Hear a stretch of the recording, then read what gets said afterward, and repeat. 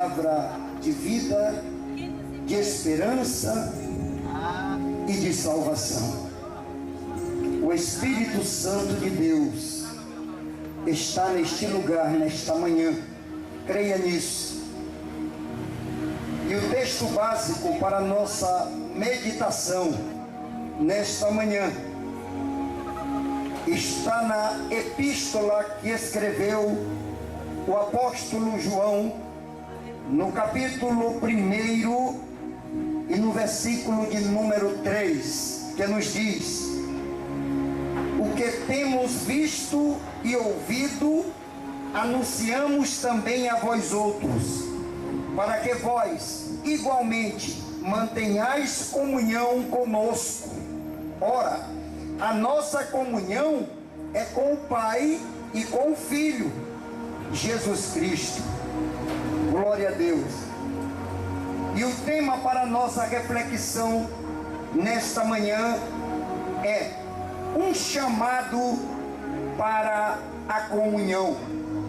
Glória a Deus. Hoje nós vamos falar nesta manhã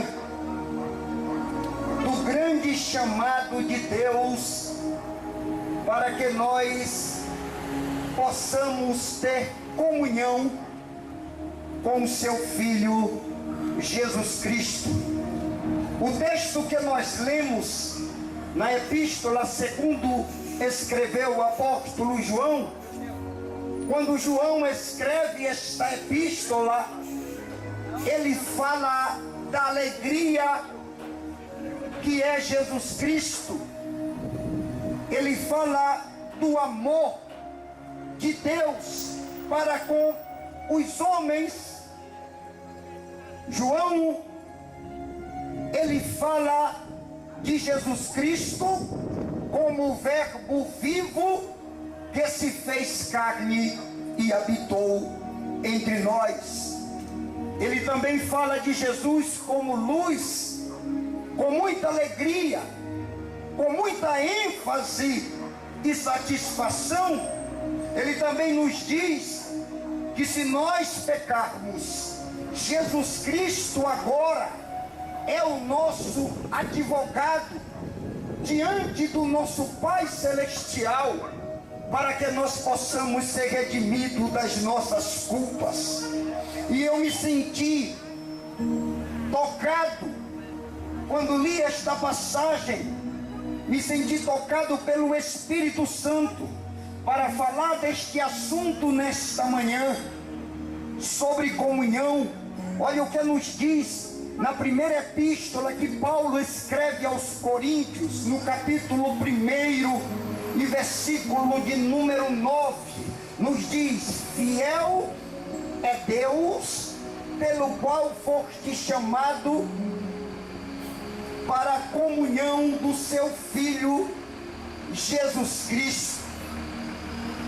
Ele fala de comunhão, e é por isso que nesta manhã eu quero falar de comunhão. Eu quero a sua valiosa atenção para nós compartilharmos juntos desta bênção maravilhosa, pois Deus vai falar profundamente aos nossos corações. Aleluia. A comunhão, ela é o elo da corrente que liga o homem com Deus. E se nós atentarmos, o principal motivo que levou Deus a tirar o povo hebreu do Egito, que estava lá há 400 anos vivendo sobre o regime de escravidão, era por causa da comunhão. Deus queria um povo exclusivo. Deus queria um povo obediente, adoradores, que vivessem sobre a sua proteção. É este o motivo pelo qual Deus, ele requer a nossa adoração, ele requer a nossa comunhão. Deus fez aquele povo peregrinar 40 anos no deserto, sobre a sua proteção, para mostrar para aquele povo, para ensinar a importância que nós devemos dar para a comunhão com Deus, para os seus benefícios. Sim, a comunhão com Deus, ela traz benefícios para as nossas vidas.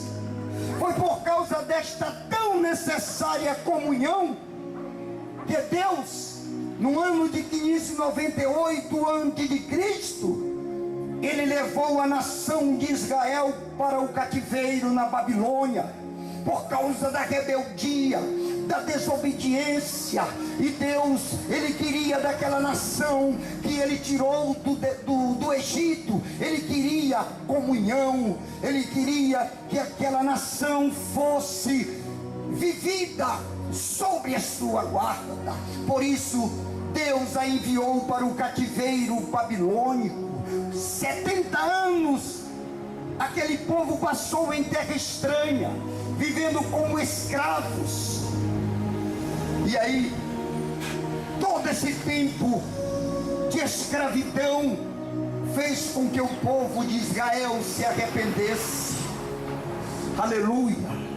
Deus, nesta manhã, nos faz refletir que sem comunhão nós somos tijolo fora de uma construção. É isso aí. Deus nos faz sentir deslocado, indiferente a Ele, sem comunhão. Ele nos faz sentir membro fora de um corpo.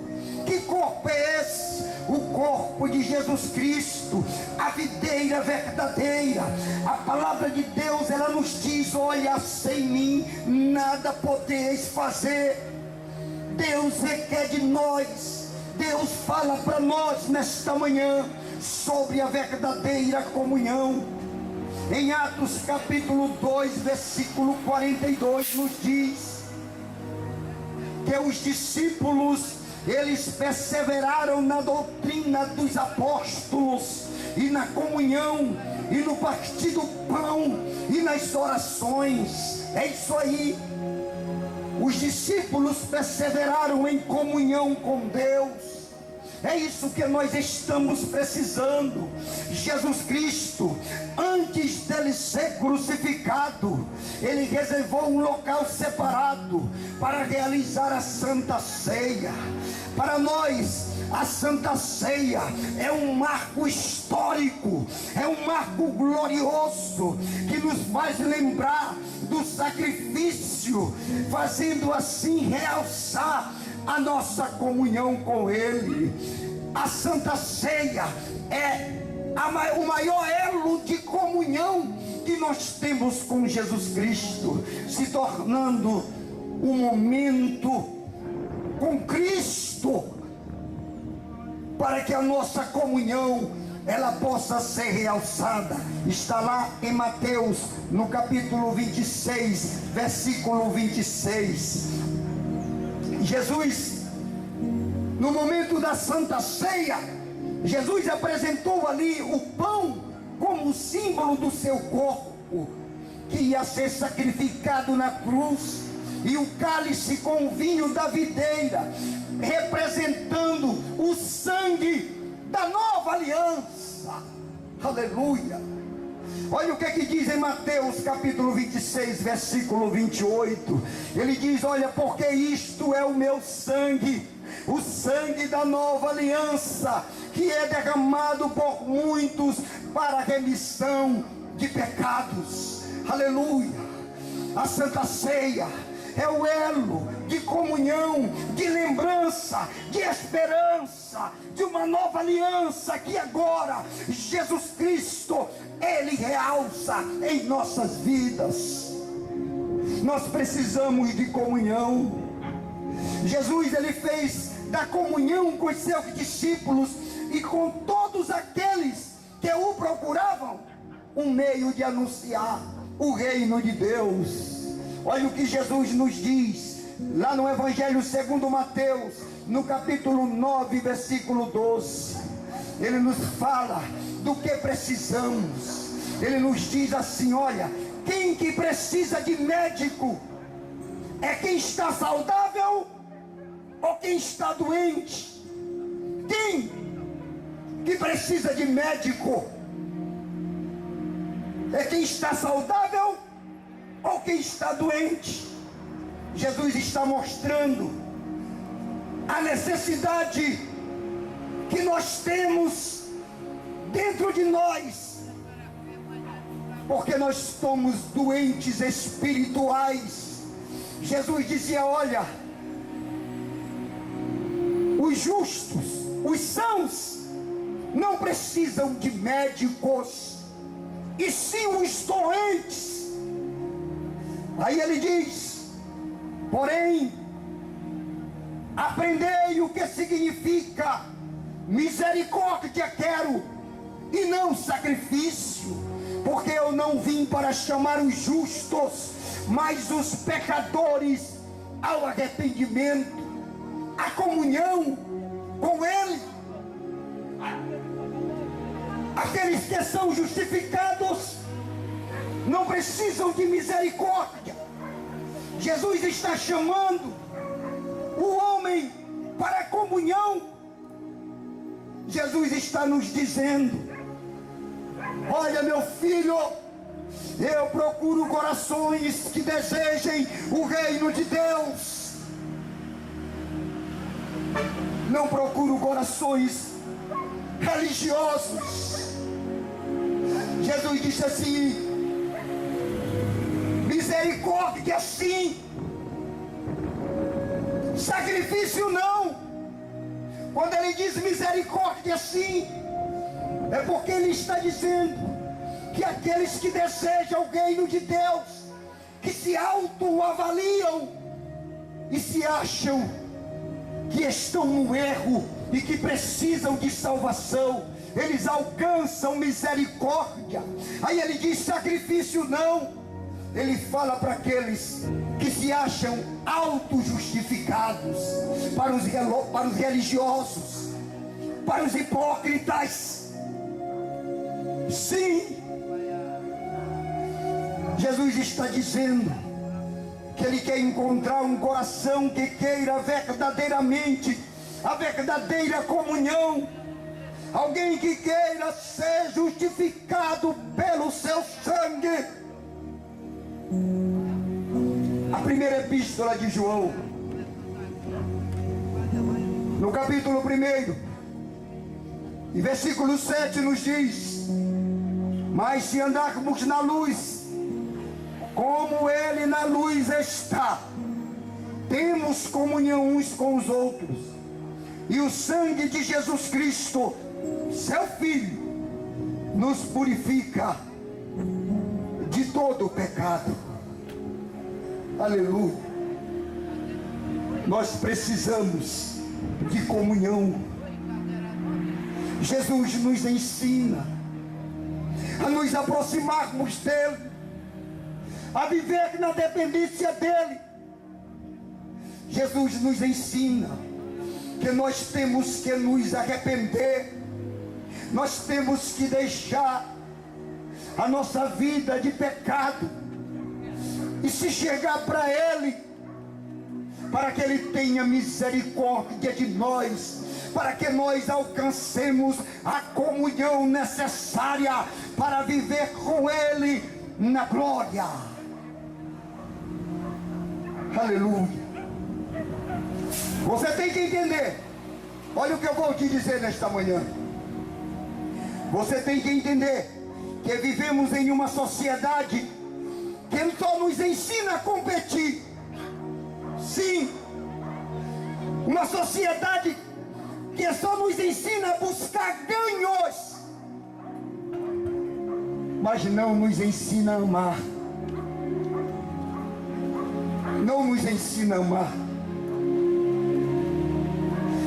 Nós convivemos em uma sociedade que não está preocupada com a comunhão com Deus.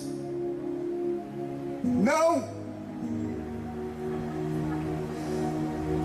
Nós vivemos em uma sociedade que nos incita a fazer o mal e não o bem, que nos induz ao consumismo, ao materialismo e não ao espiritual. Entenda isso. Nós vivemos em uma sociedade que induz a acreditar que o homem é originário do macaco e não da poderosa criação de Deus. Uma sociedade que lhe impõe regras, que lhe faz acreditar em coisas erradas.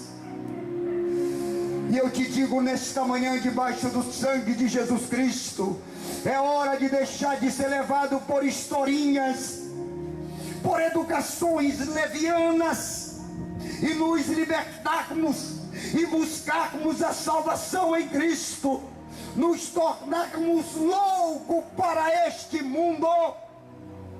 É hora de repensarmos os nossos valores espirituais e nos tornarmos loucos para este mundo. Olha o que o apóstolo Paulo diz quando ele escreveu a primeira carta aos Coríntios. No capítulo 1, versículo 18, ele diz: porque a palavra da cruz é loucura para os que se perdem. Você entendeu? A palavra da cruz é loucura para os que se perdem, porque eles não acham a vida em Jesus, eles não acham vida na palavra.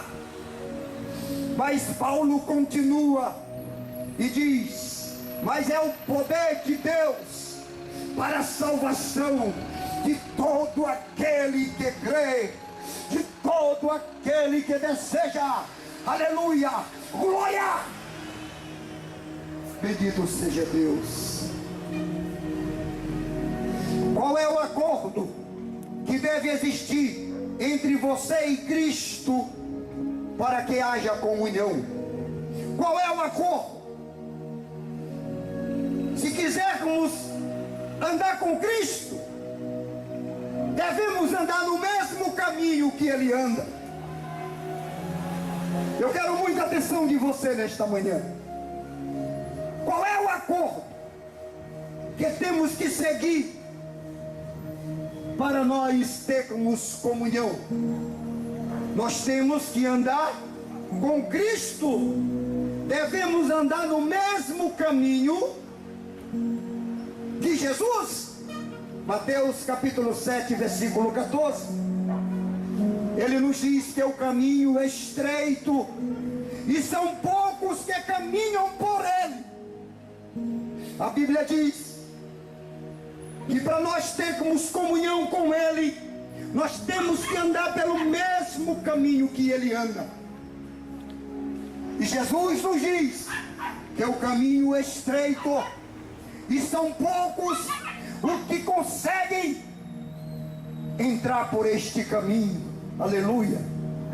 Duas pessoas, atende bem, só podem andar juntas se trilharem pelo mesmo caminho. Isso é lógico. Aí entra a lei da física. Se Deus te chama para a comunhão, Ele te mostra o caminho. Sim. Se Deus te chama nesta manhã para a comunhão, Ele te mostra o caminho. E se tu segue outro, tu não está com Ele. Isso é lógico. Nós temos que refletir sobre nossas vidas. E esse acordo de Jesus, que nos traz a comunhão, nos mostra que devemos renunciar às nossas vidas. Porque para seguir Jesus, para ter comunhão, é renúncia. Sim, o problema é que o homem ainda está olhando o evangelho de cima para baixo. Ele ainda está lá em cima. Mas o homem precisa descer, precisa entender que Jesus Cristo é que é o Senhor, que Jesus Cristo é que é a vida, e que somente Ele pode mudar a história do homem. Aleluia. Jesus foi bem enfático conosco. Olha o que diz Marcos capítulo 8, versículo 34. Jesus, ele foi categórico, maravilhoso. Ele diz: se alguém quiser vir após mim, negue-se a si mesmo, tome a sua cruz e siga-me. Olha a renúncia. Jesus disse: isso é muito forte. Vamos meditar nisso nesta manhã. Jesus diz assim: olha, se tu quiseres me seguir, negue-te a ti mesmo. Quando Jesus diz assim, nega a ti mesmo, Ele está te dizendo assim: ó, te dispõe de tudo que tem dentro do teu coração que não agrada a Deus, daquilo que tu estás vivendo, do caminho que tu estás trilhando. Nega-te a ti, meu filho. Tu me queres? Pois nega a ti mesmo. Agora vem, eu te quero limpo. Quando nós negamos a nós mesmos, nós nos despojamos, nós nos limpamos. Jesus disse: eu te quero limpo. Limpo, que eu quero entrar dentro do teu coração. Eu quero plantar uma semente de vida. Eu quero fazer de ti uma nova criatura. Eu quero lavar a tua alma, o teu coração. Aleluia. Negar a si mesmo, para que nós possamos ter comunhão. Aleluia. Jesus, quando diz assim, negue-se a si mesmo, Ele está nos chamando para ser discípulo. Glória. Lá em Marcos, no capítulo 10, versículo 17, Jesus encontra um jovem muito rico, e ele vai até Jesus e diz assim: o que devo fazer para herdar a vida eterna? Jesus foi muito enfático com ele. Jesus disse assim: meu filho, vende tudo o que tu tens, dá aos pobres, e depois segue-me. Negue-se a si mesmo. Deixe esse orgulho de lado, a arrogância. Aquele jovem tinha tudo, era orgulhoso. Ele olhou para Jesus e ficou em silêncio. Ele deu meia volta e foi embora. Ele não se despojou, ele não negou a si mesmo. Ele não ganhou a salvação de Cristo. Ele não recebeu a comunhão.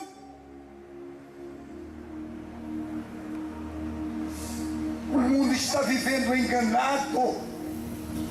O mundo está fascinando o homem a ponto de ele esquecer a palavra, esquecer a comunhão, esquecer que Jesus Cristo, um dia, Ele vem buscar uma igreja lavada, comprada, redimida pelo seu sangue. Glória! Ele vem,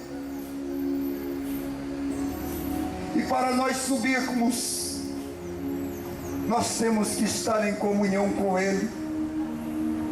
E esta comunhão, ela nos traz benefício. Sim, eu posso falar alguns benefícios que a comunhão com Deus te traz. Primeiro, ela traz bênção sobre a tua vida, pois Jesus nos adverte para mantermos os nossos laços de comunhão com Deus. Jesus a todo momento, foi para isso que Ele veio, para reatar agora o laço de comunhão. E Ele nos adverte a todo tempo que nós devemos estar em comunhão com o Pai Celestial. Isso vai gerar bênção em nós, perdendo o desejo de adorar a Deus. Muitos estão dissociados, adorando coisas diferentes, mas Paulo nos adverte que nós devemos ser racionais. Quando ele diz isso, ele está dizendo: olha, tu só vai prestar um culto perfeito a Deus, entregar tudo que tu tens da tua alma, quando tu estiveres em perfeita comunhão com Ele. Aleluia. Louvado seja Deus. O Evangelho está sendo banalizado. Vocês prestaram atenção? O Evangelho ultimamente está sendo banalizado, porque as pessoas estão prestando culto a Deus de qualquer maneira. Estão prestando culto vazios, porque suas vidas não têm comunhão. Eles estão aqui prestando culto, mas daqui a pouco eles vão para uma mesa de bebida. Este culto que foi prestado, ele não foi racional.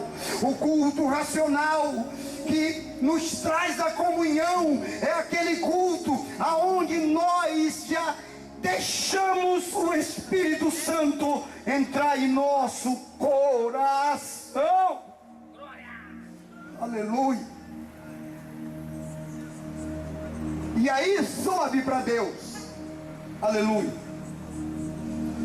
Estão prestando culto sem o Espírito Santo, sem Jesus como alvo. Estão fazendo culto para qualquer coisa, para João, para Maria, para Benedito, onde Jesus perdeu a sua centralidade. Essa adoração não é racional, essa adoração não chega até Deus, porque a Bíblia diz que o único mediador entre Deus e o homem é Jesus Cristo. O homem, nós temos que ter racionalidade em adorar a Deus. Glória! Glória! Porque Ele é Senhor de nossas vidas. Aleluia!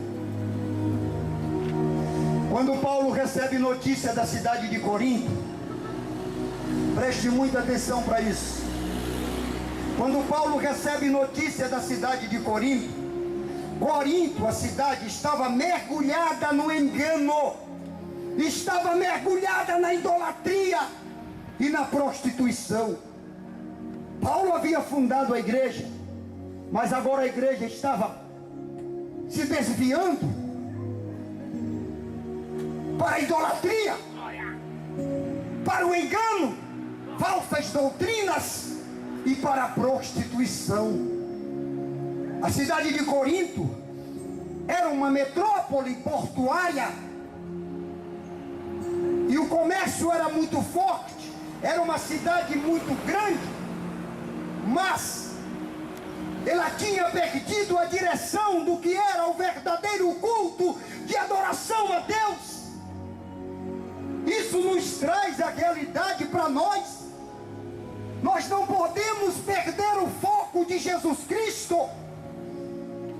Nós não podemos tirar a direção dele. Nós precisamos estar em comunhão. Lá na cidade de Corinto havia um templo gigantesco dedicado a deusa Afrodite. Sim, havia uma idolatria muito grande.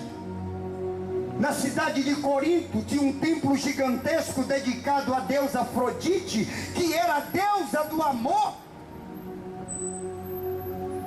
E ali haviam 1000 sacerdotisas, que eram prostitutas naquele templo,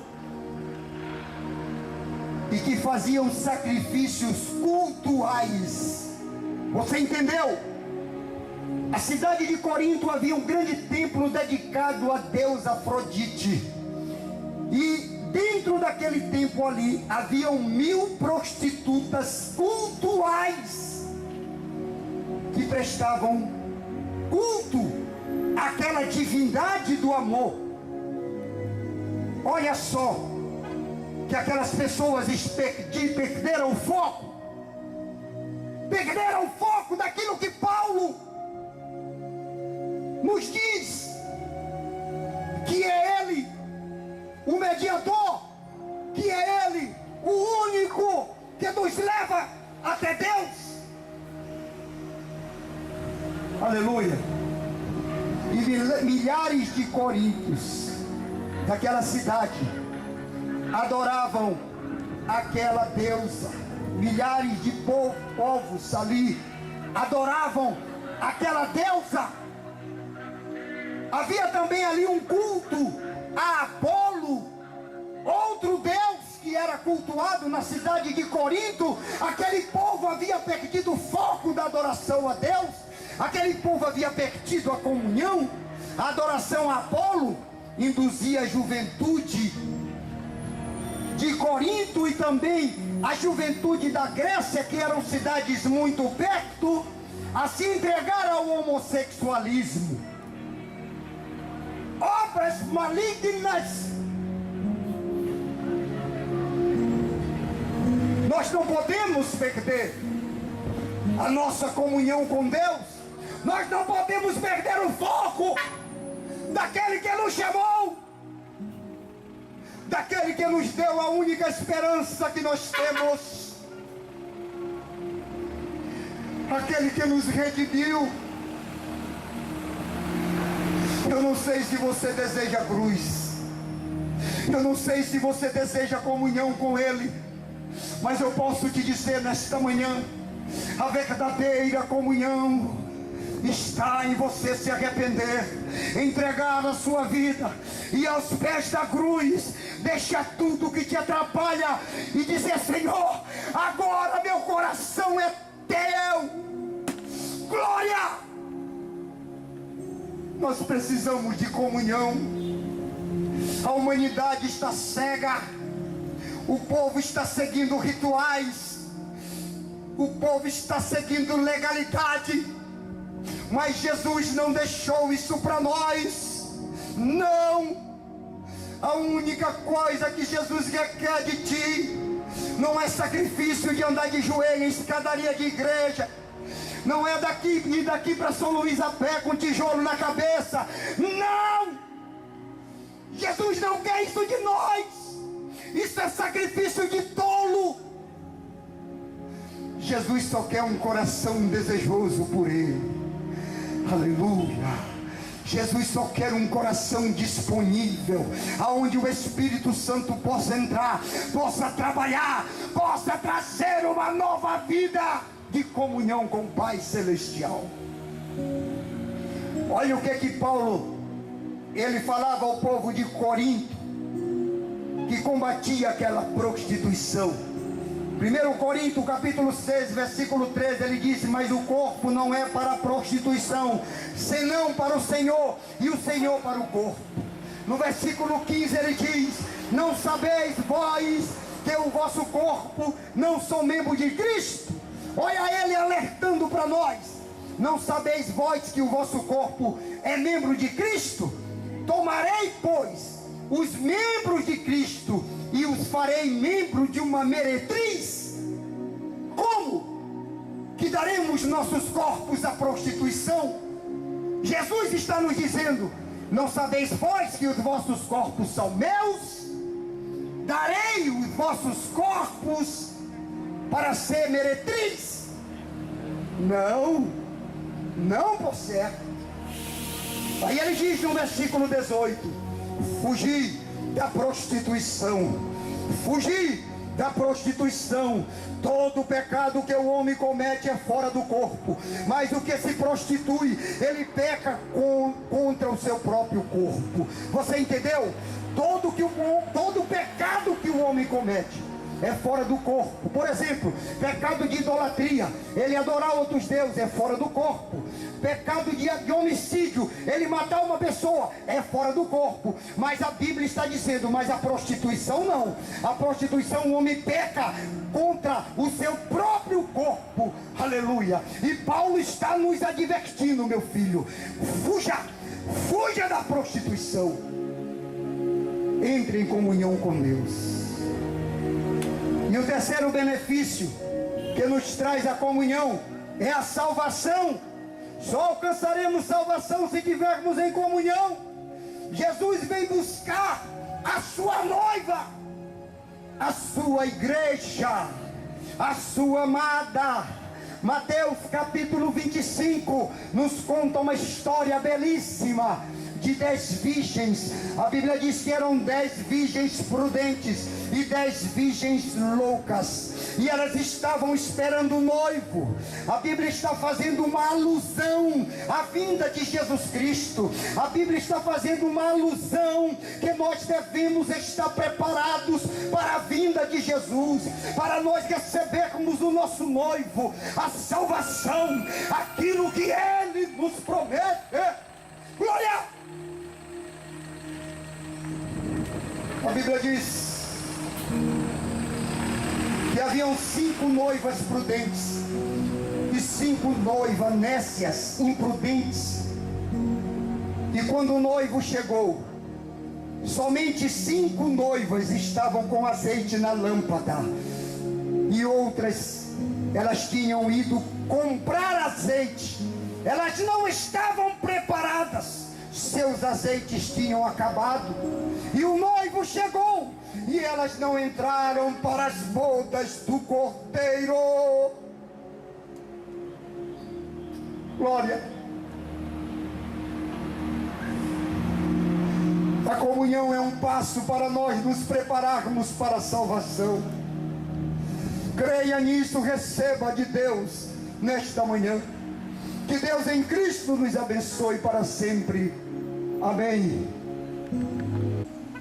De que maneira essa comunhão vai gerar bênção em nossas vidas? Mateus capítulo 6, versículo 33 nos diz: buscai primeiro o reino de Deus e a sua justiça, e todas as coisas depois serão acrescentadas. Esse é um benefício da comunhão.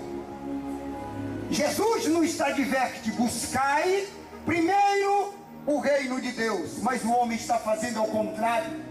A humanidade está correndo na adversidade da cruz de Jesus Cristo, está correndo sempre atrás de valores, esquecendo a comunhão.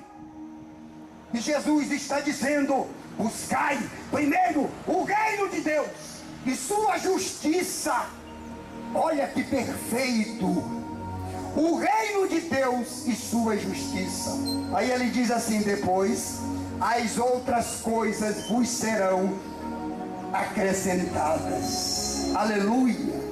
Esse laço de comunhão que gera bênção em nossas vidas tem que produzir desejo em nossa alma. Claro, esse laço de comunhão, que é um benefício bom em nossas vidas, que traz a bênção, ele tem que produzir desejo em nosso coração. Ou seja, ele tem que colocar em nós o desejo de anelar por Deus e pela sua presença. Eu não sei se você vive anelando pela presença de Deus, se você deseja a presença de Deus, mas eu quero te dizer que para nós termos a presença de Deus em nossas vidas, temos que ter comunhão. Lógico, temos que ter comunhão. Olha o que o salmista nos diz no Salmo 63. Ele diz: ó Deus, tu és o meu Deus, de madrugada te buscarei. Olha o desejo do salmista: a minha alma tem sede de ti. Que maravilha! De madrugada te buscarei. Aí ele diz: a minha alma tem sede de ti. Ele continua: a minha carne te deseja muito, em uma terra seca e cansada aonde não há água. O salmista, quando ele declara este salmo, ele está falando da sequidão da sua alma, que não tem vida. Ele diz: a minha alma anela por ti, Senhor. Eu te desejo muito, Senhor, em uma terra muito seca, sem vida. Eu anelo pela tua presença. A comunhão, ela traz o desejo de anelar por Deus, de viver com Ele, de estar com Ele, de sentir a presença dEle, aleluia. E quando nós estamos assim, nós estamos pertinho do nosso Senhor. Glória! Deseje isso. Nós estamos perto do nosso Deus. Qual é o segundo benefício que a comunhão nos traz? Culto. O desejo de cultuar a Deus. Adoração. Se nós estamos em comunhão, estamos com Ele, nós queremos adorá-lo. Mas para isso é necessário nós estarmos contrito com o seu Santo Espírito. Aleluia. Os homens se esqueceram de cultuar a Deus neste século com um verdadeiro culto. Sim, se nós estamos em comunhão, temos que cultuá-lo. E os homens esqueceram de cultuar a Deus com um verdadeiro culto. Paulo, quando escreve aos Romanos, ele fala deste verdadeiro culto que nós devemos prestar a Deus, o culto racional, nos apresentar com nossos corpos irrepreensíveis e saudáveis diante de Deus. Olha o que ele diz: rogo-vos, pois, irmãos, pela compaixão de Deus, que apresentei os vossos corpos em sacrifício vivo, santo e agradável a Deus, que é o vosso culto racional. Olha o que Paulo está nos dizendo. A comunhão, ela nos dá o direito de culto, de adoração a Deus. Mas Paulo está dizendo para nós que este culto, ele tem que ser um culto racional, um culto aonde a razão, ela está acima de qualquer coisa. Porque quando nós estamos na razão, na perfeita sanidade mental, nós doamos nosso coração para Ele. Aleluia.